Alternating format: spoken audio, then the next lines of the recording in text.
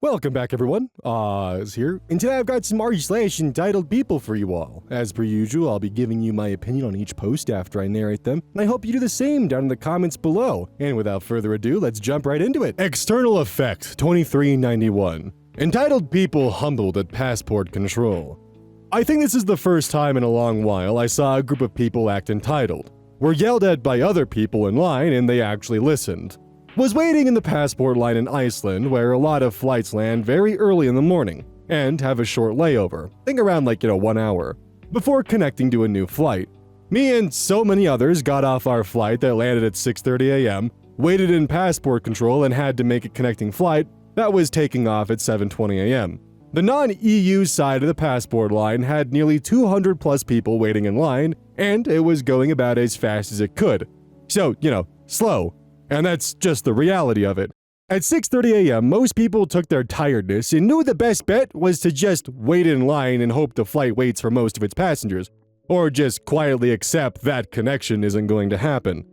Except for one family. Back of the line, one man goes nearly to the front and pesters this half-awake 20-year-old kid about cutting in front of him because his flight is leaving soon. Yeah, no shit, everyone's is. Kid says sure. I don't blame him. It's too early to argue. Line cutter waves to the back and shouts, "He said we could go in front of him!" And 6 other entitled folks, his family, they were all dressed in matching tropical vacation clothes, come striding their way up to the spot in the front. Cue uproar from the whole line. What do you think you're doing? Go to the back. Go to the back where you were. You aren't special. The line cutter tried to reason his way and said, "But we have a connection that leaves at 7:30. And the resounding, "We all do too," from the rest of the line was poetic. It was gratifying in real time to see the man look around and see 200 plus people in the exact same situation as him, and he was not special. He finally, sheepishly waved his family back to go back to his old spot at the back of the line. I finally made it through passport control and made it to my flight around 7:10, and my EU partner was able to get to the gate quicker, EU speedy line perks, and begged them to hold the gate and wait for me there, and I was one of the last ones on the flight. I was in the front third of the passport line while the line cutters were way behind me, so I don't know if they made their flight or not, but at least it was some morning entertainment. Yeah, airports just suck. My guess would be is they probably did wait for them because they probably had word in advance that the passport line was a bit longer than expected and, delayed the flights by probably 10 to 20 minutes. It happens sometimes, and I've seen it happen in, the DIA as well as even the Idaho airport when it's not even a passport line, it's just when things are being rushed. So I would assume that if the ticket line's really long and the TSA line's really long and it causes planes to be delayed by a couple minutes, then I can really only assume that it would be the same thing for a passport line. I feel bad for the kid that buckled and folded the moment that he was asked the person to go in front of him because, chances are that guy specifically targeted someone who would more than likely buckle and fold when put under pressure like that. Not to mention he used that bullshit Trojan horse tactic that's used by line cutters a lot where one person goes up, feels out an area where they can slip in the front of the line, and the moment they have an in, they wave their entire family towards them, and it's like, oh, look what you've done. Because initially you're hit with the, well, what harm would one person do? And the next thing you know, you just greenlit the entirety of Miss Mayfield's 5th grade class to cut in front of you. Neon collects. Nightmare Neighbors. This one has an update attached to it as well. This is going to be a long, juicy one, so too long didn't read at the bottom. My neighbors, and I say that in quotes because we're not directly neighbors but live in the same townhouse complex, are nightmare human beings, specifically the father. Let's call him Bill. Little bit of a backstory here. We all live in a townhouse complex with a shared yard. Bill is a major alcoholic and his family has playground equipment and garbage taking up the majority of the yard. Of the 11 units sharing this particular green patch, literally nobody uses it because these people are such nightmares. Bill lives with his deaf wife, their 2 toddler sons, and a 14-year-old daughter he has from a previous marriage. Bill is an absolute garbage human being. He's called his wife the R-word to my face multiple times with her standing beside him. He once explained to me, "I'm not racist, I just don't want my daughter hanging out with black people." And I once heard him screaming at her in the yard, "I don't care if your friends are gay, I don't want them in my fucking house." I'm super bi for the record, and immediately purchased pride flags to hang in my windows after that one. So, worth it. He was beet red when he saw me hanging them. Bill also has a foot fetish and has approached me inappropriately many times over the years. So, my complex allows dogs. Bill is the definition of irresponsible pet owner. There's no fencing around our units, and he has 2 big Rottweilers. He just opens the door and lets run wild. They've chased my car before. I've seen them jump on multiple people. They never clean up their dog shit. They've had dozens of eviction notices just based on their dogs alone. Our landlords suck, though, and just refuse to actually follow through with eviction. 2 weeks ago, one of Bill's dogs, obviously unsupervised, followed me to my front door and jumped on me. I have 4 large scratches down my leg, 2 of which drew blood. They're big, ugly scab bruises now, and I swore this was my last straw. It's not the dog's fault, so I didn't want to go to the police because where I live, that would result in euthanasia. As my fiance and I are deciding on how to deal with this, I see flashing lights in the backyard. It's an ambulance. Lo and behold, one of his dogs jumped on him. He fell back and landed on their decrepit pieces of playground equipment. Bill landed on his spine and was immediately unable to use his arms and legs. Paralyzed from the neck down, basically. From what I've heard, he got spinal surgery and is now recovering well. I'm grateful for that because even though he's an absolute scuzzball, his wife is surprisingly decent and he needs his hands for ASL. Either way, he now has a taste of his own medicine. They've hired someone to train their dogs, and if that doesn't work, I have more than enough evidence between text messages and photos of my own injuries, on top of his own hospitalization, to make an eviction order finally stick. And hey, if you ever see this yourself and suspect it's about you, fuck you, Bill! Your wife and kids deserve better, you absolute piece of shit. Too long didn't read. Neighbor let dogs run wild in shared townhouse yard for years. One of them finally put him in the hospital. Edit, for the record, because anyone asks, yes, I have told his wife about his advances and how he talks about her. She just shrugs it off, and I feel so fucking awful for her. I wish she could see what a monster he is. And now it's time for the update! Oh boy, to be honest, I completely forgot I even made the original post until I got the notification that it had over 100 upvotes. I suppose an update is in order, and boy do I have an update. So, Bill, after 2 surgeries and a bad infection, was just released from the hospital last week. He can sigh now, thank goodness. Just very slowly, and he can't turn his head or anything like that. I feel pretty awful for him, but as they say, karma is a bitch. Since my last post, their dogs had puppies, and their cats had kittens. It's a fucking zoo there. The teenage daughter was assaulted in the very public yard by her own grandmother and aunt. The aunt, who doesn't live here but is always here for some reason, assaulted the teenager's dog with a golf club, hit him multiple times in the face. The teenager stepped in and grandma and aunt dragged her to the ground by her hair and started kicking her. I should probably mention that this teenager was also pregnant at the time. Seriously, these people have problems. Anyways, deep breath. I wasn't home for any of this, otherwise I obviously would have stepped in. The daughter is now living with her grandparents in a different country, thank goodness, and the shitty neighbors have officially been evicted. A couple of other people who live here apparently recorded the whole thing and shared it with the landlord. They're gone at the end of the month, and I cannot even fathom the peace that will follow. Here's hoping my new neighbors are a bit more tame. Thank God for the eviction. Honestly, a police report should have been filed, but unfortunately, when it comes to the dogs, the right thing was done because it's not fair to the dog when they're not properly trained and let out by the owner and they go and cause a ruckus and then they get put down for it. That's really shitty.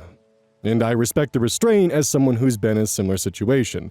A while back, my mom and her dog, basically what had happened was one of the neighbors had approached her aggressively when my mom was letting her dog out of, well, her car, and started yelling at my mom.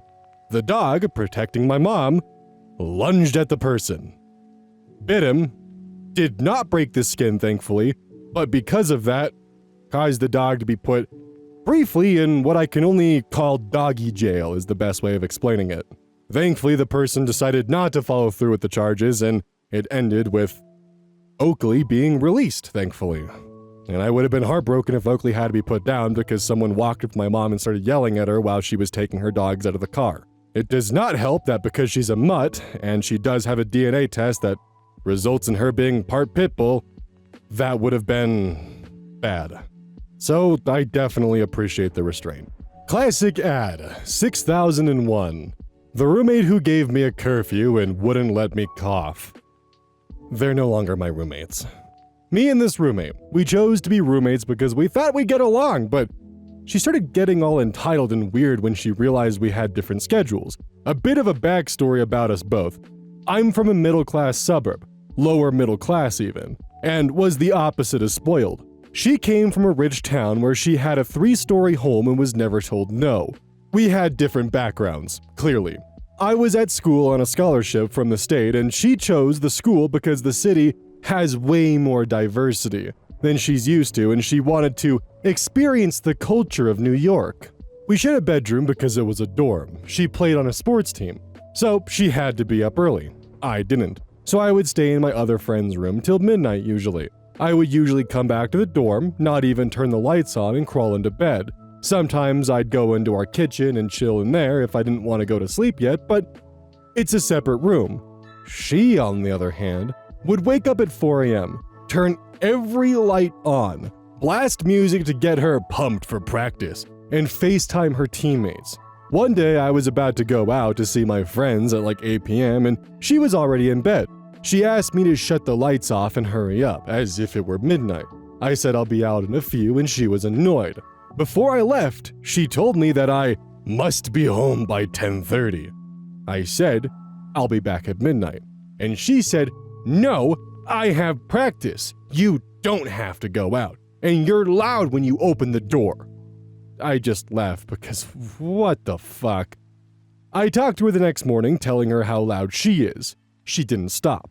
I said I'll come back home early when you stop going to soccer because why should I not have a life because she must be in bed by 8?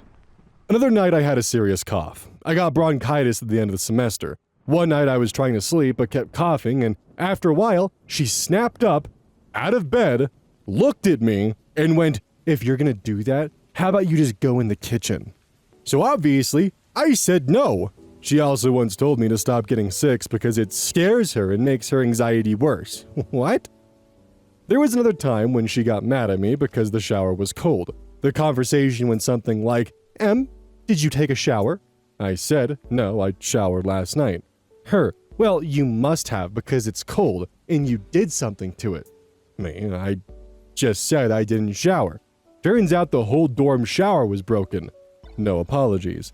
Another time I went home for the weekend and she called me to tell me her friends were gonna sleep in my bed. I said no. Why the fuck was my bed messed up when I got back? Another time, she told me the night before my final that her friend's sleeping over in our room. She didn't ask, she told. I said I had a final. Her response was that she already told her friend that she can fly in from out of state months ago. They were loud. My other favorite was when she got mad that I wouldn't go home on my birthday weekend. She wanted her boyfriend to sleep over. It was my birthday. I wanted to hang out with my friends. She told me just go home and hang with my family. No. And my favorite was also when I went home for winter break and she stayed. She asked, did you come back at all during break? Me, I've been home for 3 weeks.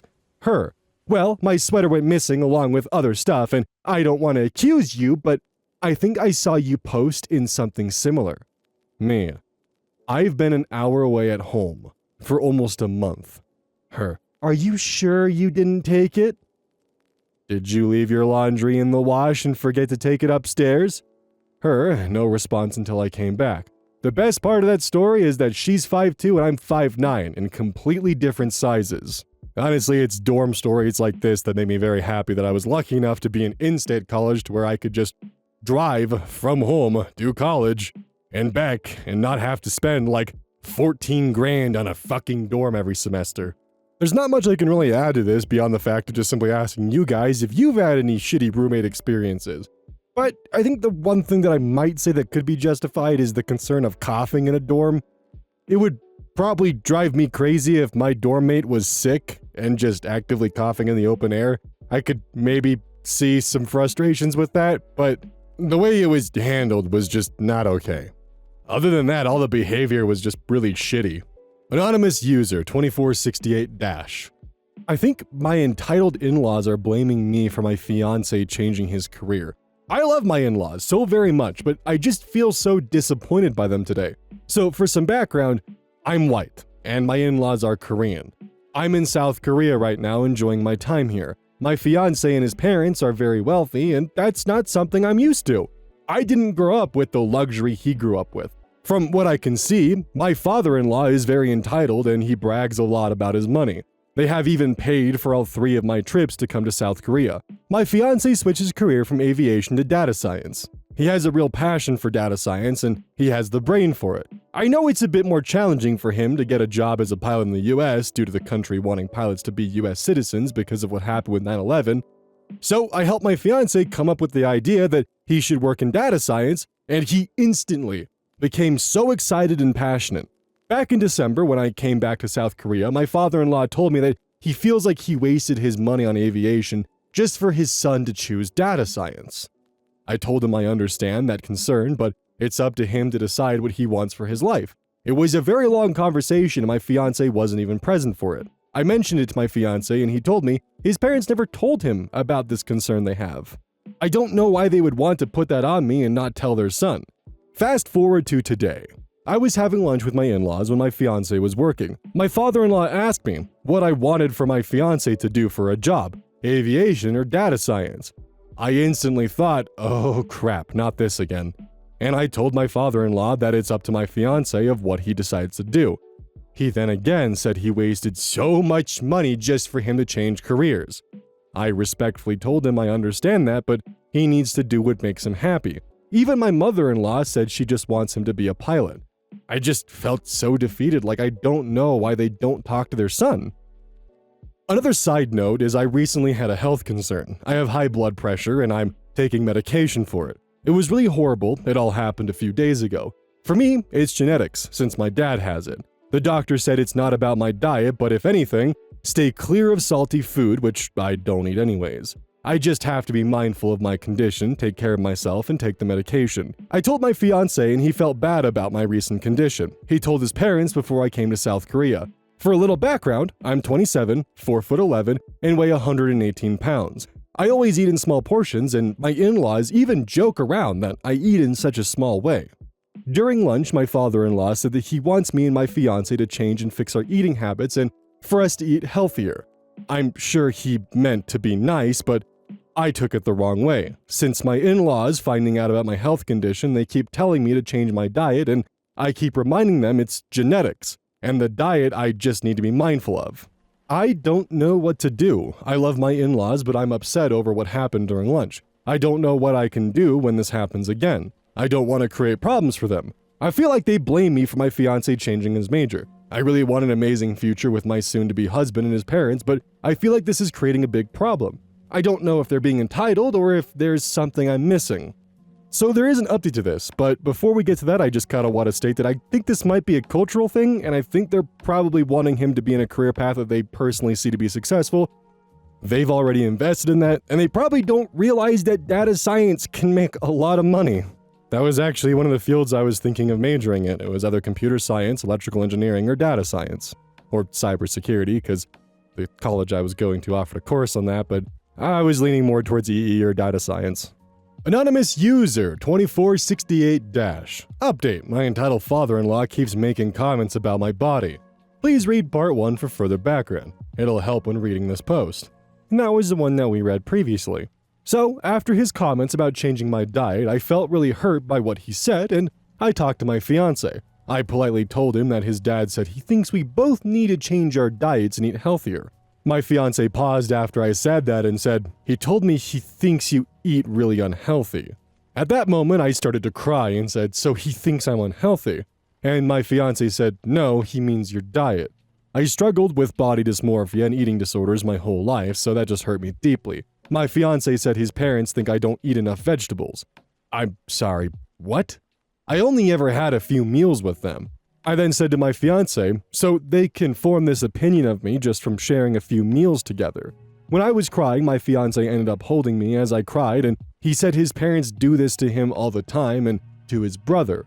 We talked a lot after that, and he listened to all my pain. Today, we went out to lunch with his parents and their friends. During lunch, my father-in-law informed me that he told his friends about my diet. Why does he feel the need to even talk about that? The whole lunch, he kept talking about healthy food and the healthy food I need to eat. Since I'm currently in South Korea, my in-laws have plans to take me to Japan next week while my fiancé is working. I really don't want to go anymore. I can't eat in front of them without hearing crap. I can't cancel the trip and not go, but I've been crying to my fiancé that I want to stay with him. I know it sounds stupid and I should be lucky to get a trip to Japan, but imagine not feeling comfortable to eat in front of your in-laws. I'm really suffering with all of this and I don't know what to do.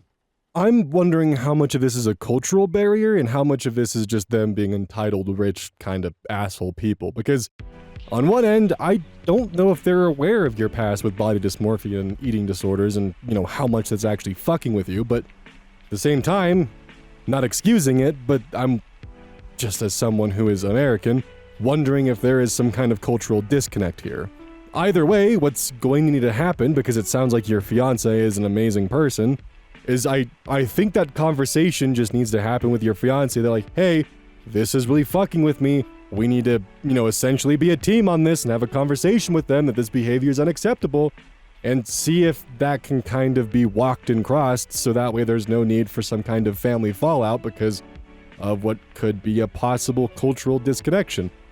But if it turns out that I'm wrong on the whole cultural disconnection, as I'm sure the comments will let me know, I think at that point in time, a firm line needs to be drawn that their behavior is unacceptable, and if they're not willing to abide by that, then possibly limiting contact. I mean, no matter what, a line's gonna have to be drawn. I think the firmness of it, though, depends on whether or not it's cultural or if it's just them being assholes. Hosted by Life Needs Lubricant. But it's just a few dollars. I just witnessed quite possibly the most entitled interaction of my life. I, 40 female, was at my local convenience store talking to the owner's daughter. She needed help with homework and was asking everyone if they could help her understand it. Shakespeare isn't for everyone, but is something I thoroughly enjoyed at school. I'm in there almost daily, so they know me. In walks this woman, probably around my age, and she begins gathering items and dumping them on the counter, completely disregarding other customers who were already at it. This goes on for a few minutes and then she goes to pay. At this point, the clerk is serving someone else and this woman interrupts the transaction and states, "My items are on the counter, so you shouldn't be serving anyone else as I'm clearly waiting to be served." What was that accent? I always believed that in order to be served in a store, you had to physically be in a line or at the counter, but hey, maybe I'm wrong. The man being served smiles at the woman and says something along the lines of he's buying smokes and needs 30 seconds to complete his transaction and she can just wait. This led to much huffing and puffing from the woman. She then turns to me and says, "Can you believe the audacity of some people?"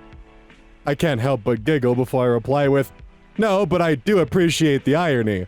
She didn't get the joke. By now, the guy has left and the clerk is ringing up her items and putting them into bags. He finishes and tells her the total, which was $30 something. She tells him he will take $25 because that's all she has. He tells her he will willingly take the $25, providing she removes sufficient items to ensure it covers her bill. Introduce tantrum, stage right. I need everything. You can't deprive me of my needs. Who do you think you are? I'm calling my husband. The clerk doesn't miss a beat and replies with, "Make sure he brings his wallet." Now, the kid and I have completely forgot about Shakespeare and are enjoying the theater production unfolding in front of us. Out comes her phone and she's scrolling furiously whilst repeating, "Just wait, just wait until he gets here." Again, the clerk doesn't miss a beat and says, "I have no other choice but to wait. My shift doesn't end for another 3 hours." She literally stamps her feet while shouting, "But it's only $10! I'm almost at the point of having to put my fist in my mouth to stifle my laugh. This woman calls her husband and puts the phone on speaker. He answers and she just puts on this really pitiful, whiny voice. "Baby, I'm at this store and the clerk is holding me and 2 other females hostage. You need to come rescue us." This guy must be all too familiar with his wife's antics and says, "You can't really be held hostage and be allowed to use your phone, so either you didn't have enough money or You're trying to buy alcohol without ID. I didn't stifle the laughter, and now this woman has 3 people openly laughing at her. She has to sheepishly admit it was the former. Her husband then says, if you leave the chips, candy, and soda behind that you don't need, and that we have more than enough in the house, I'm sure you'll have enough money. She started to protest, and her husband uttered, I've told you about doing this shit. Say one more word, and I'm canceling your birthday. She stamped her foot again as she hung up and told the clerk to remove the suggested items and does have enough to cover the bill. As she's about to leave, she actually asks that no one posts about this on Reddit. And now it's going on YouTube. That husband just sounds completely done with her shit, assuming this story is 100% real. And if I'm going to guess, he's probably pretty exhausted with her antics. I mean, after all, he married someone and it turns out he married a woman with the mentality of a 16-year-old, so that's gotta suck. JRax02. Boomer turns up early. Just happened and have to share.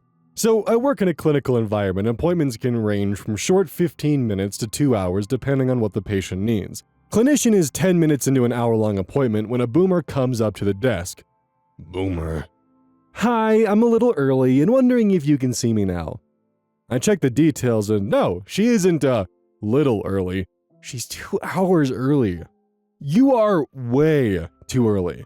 Clinician is in a long appointment and then has another one due right after them. So you'll be third in line. I recommend you go have a coffee somewhere and come back in an hour and 45 minutes. Boomer. But my appointment is quick, right? Yeah. And you won't see me now? No. This isn't very good service, is it? Look, I'm not interrupting an hour-long appointment because you have very bad planning. Come back in 2 hours. Boomer waddles off muttering to her husband about bad service. Like, give me a break. You're way too early and I ain't doing it. Turn up on time like 5 minutes early. Like, what the fuck are you doing 2 hours early? Fuck my life. I've had something similar happen to me, but it was like entirely on accident and I didn't realize it. Except in my case, it wasn't 2 hours early, it was an entire week early. I knew in my head that it was Tuesday, I just didn't realize that it was next Tuesday, not the current Tuesday, so I showed up at the time allotted. This was for a car service appointment, by the way. So I showed up, and I was like, all right, I'm here for my vehicle service, and the guy was like, you're not supposed to be here for like another week.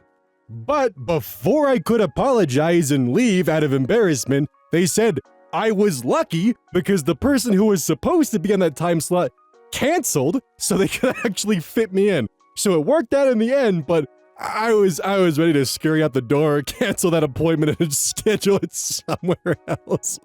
Hey, welcome to the outro. Don't forget this whole thing is basically brought to you by GamerSupps. If you like caffeine, then I can't recommend GamerSupps enough. Use code Oz at checkout to support the channel. And I do actually use this product. It's replaced all other sources of caffeine for me because I feel good. It doesn't have any of that extra stuff that a pre-workout blend might have. It's with a couple of the extra things to make it so you don't crash as hard. It's good. I like it. Personally, if you really want a good flavor, try the Soda Press and Pear or even the Dragon Fruit Punch. Those two are my personal favorites right now.